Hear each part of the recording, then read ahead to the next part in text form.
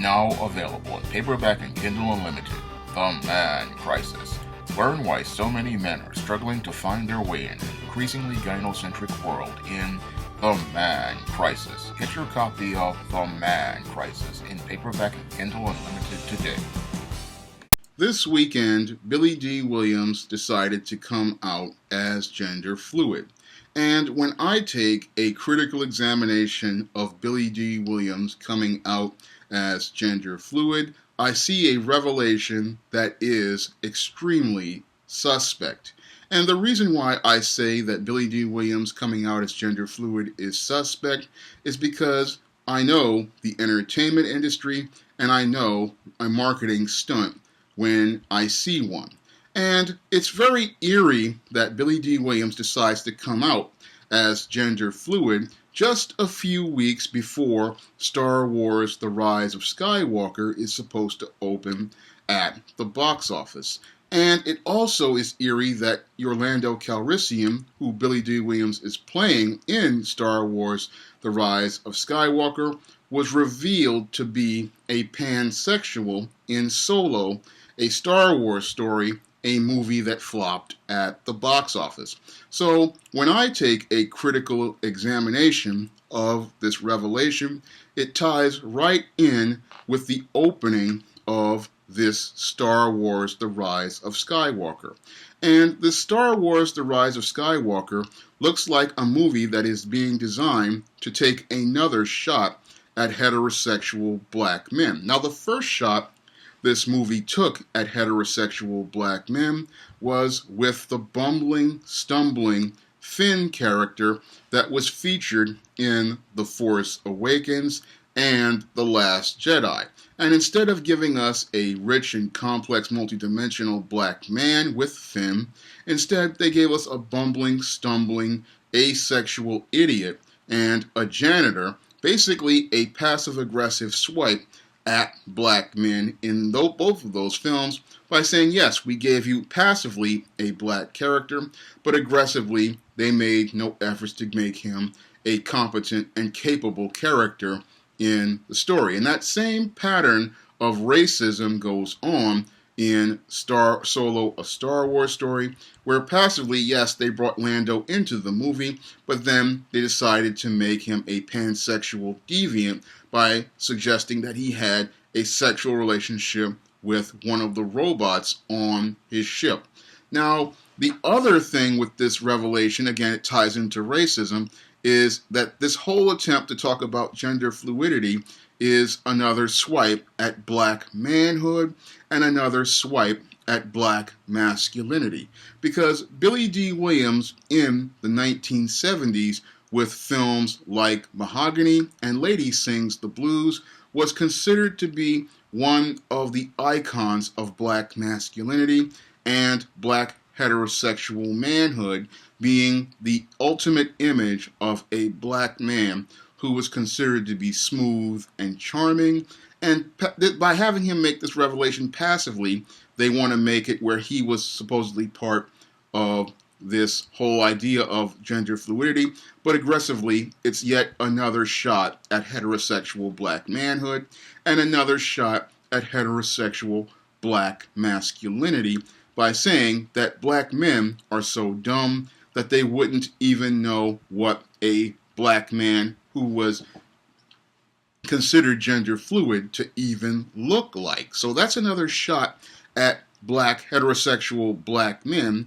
And again, I really see this whole revelation as suspect because what would an 82-year-old man know about gender fluidity? That's the critical question most people need to ask about this revelation by Billy Dee Williams. Because Billy Dee Williams was born in the late 1930s.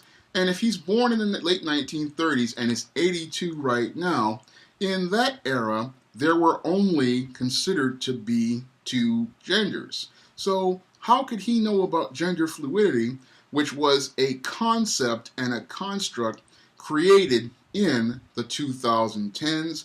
And how would he even know to understand what would gender fluidity be? That's another critical question, that most people need to ask regarding this revelation. And once you start to answer that question and understand history and timelines for history, you start to see the agenda being created and promoted by white supremacy with this revelation.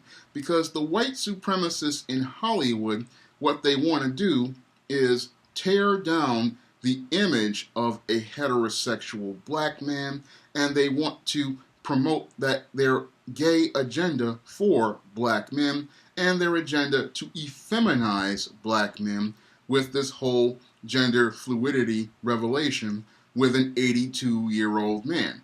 And them going out of their way to use an 82-year-old man shows how low white supremacy is and how low Hollywood is to push their agenda against black men, because this is all about promoting that negative image of black men, and it's all about degrading the image of black men.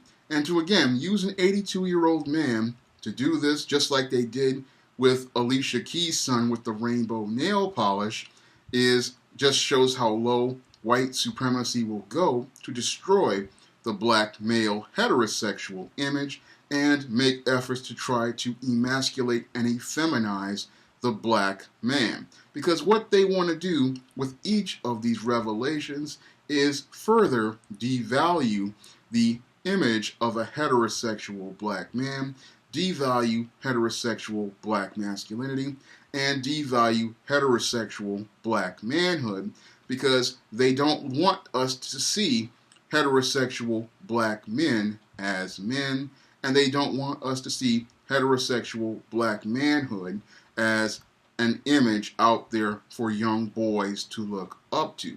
Now, I find it interesting that you never see any of these white males ever coming out as gender fluid or coming out as saying they're pansexual in any of these mainstream media projects like Star Wars.